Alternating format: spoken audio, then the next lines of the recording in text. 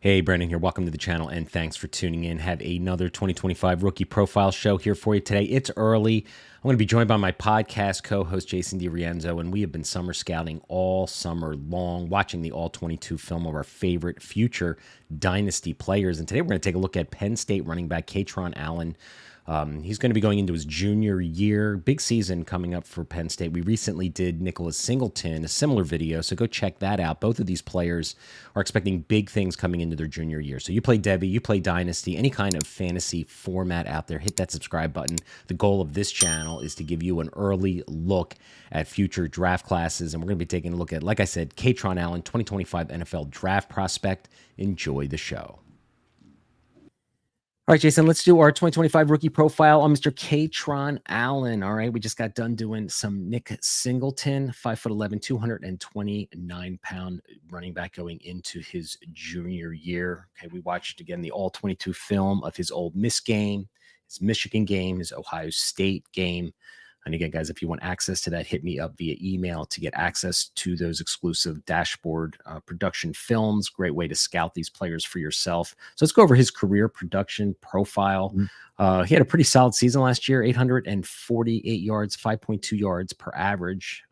He had 6 TDs, 2 fumbles, decent PFF grades, a 90 PFF grade, which is pretty good, 3.28 yards after contact last year. Now, his elusive rating was an 80, where we talked about previously 33 for Nick Singleton. And we kind of saw that on the film a little bit. I think you and I maybe came away with that maybe Kaytron Allen has some better feet and vision than Singleton. So why don't you give us your overview? What was your thoughts overview when we got done watching and breaking down his film? Yeah, I'll tell you what, the first thing I noticed was his movement ability and how fluid and easy of a mover he is for the 229-pound frame that he has. And it was kind of like very Damian Martinez-ish, where the size didn't really seem to limit his movement ability and how fluid he can cut. I came away pretty impressed. I like the acceleration that he showed upon, getting the ball in his hand. He seemed like a much better decisive runner behind the line of scrimmage. If he saw a gap developing, he just committed to it and took it. If there wasn't a gap developing, he did show a little bit too much patience at times where I wish he didn't just allow things to develop as slowly as he did. But I'll tell you what, when he commits, he commits. When he hits the hole, he hits it with urgency. He's not an outside perimeter runner type of guy either, but I think he's got the juice to do it if that's the avenue he wanted to take. Once he gets in the second level, I think he's got decent speed. I don't think he's a burner at all, but I did like the second level elusiveness. Like if there was a safety or a linebacker he had to elude, he could do that with an evasive movement without downshifting or losing speed. And I came away really impressed with that. I just came away, as far as the size and his movement mechanics, very impressive. And I think that he has much better, quicker decision-making skills than Singleton does. Yeah, the sweet feet meter, I think, leaned a little Allen over Singleton for me. I'm not I gonna would agree with lie. that. You know, Yeah. I agree with with everything that you said. He brings that physicality punch. I think he's a one cut north south runner primarily. Mhm. But you and I remember watching the film and we're like, wow. Yeah, after watching the Singleton film, was like, wow, this guy can really make guys miss. Yeah. He has some ability to defend, manipulate defenders, and good feet. Always had forward lean, yards after contact. Again, I thought he shed tackles a lot more, had better balance, especially when he was getting tackled by his ankles. I always felt that he was able to regain his balance a little bit. I felt like Singleton kind of just went down a little quick whenever somebody was at his legs.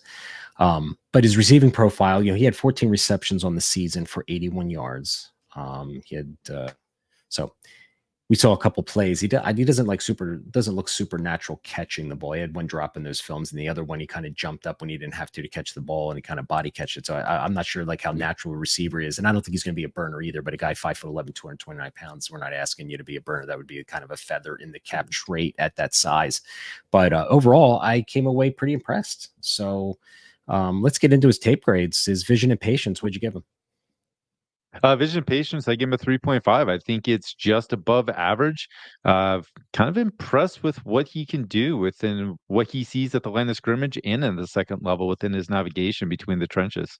Yeah, I gave him a 4. I agree with everything that you said. I think, there were times he showed good patience and allowed his blocks to develop, but then kind of navigated on his own and took risks, and a lot of them worked out for him. Footwork and short area quickness, I gave him a 3.5 for a guy this size. Again, he doesn't have a dead leg where he is going to really manipulate a defender, but and I really liked his kind of burst and short area quickness kind of navigating through the trenches. So I give him 3.5.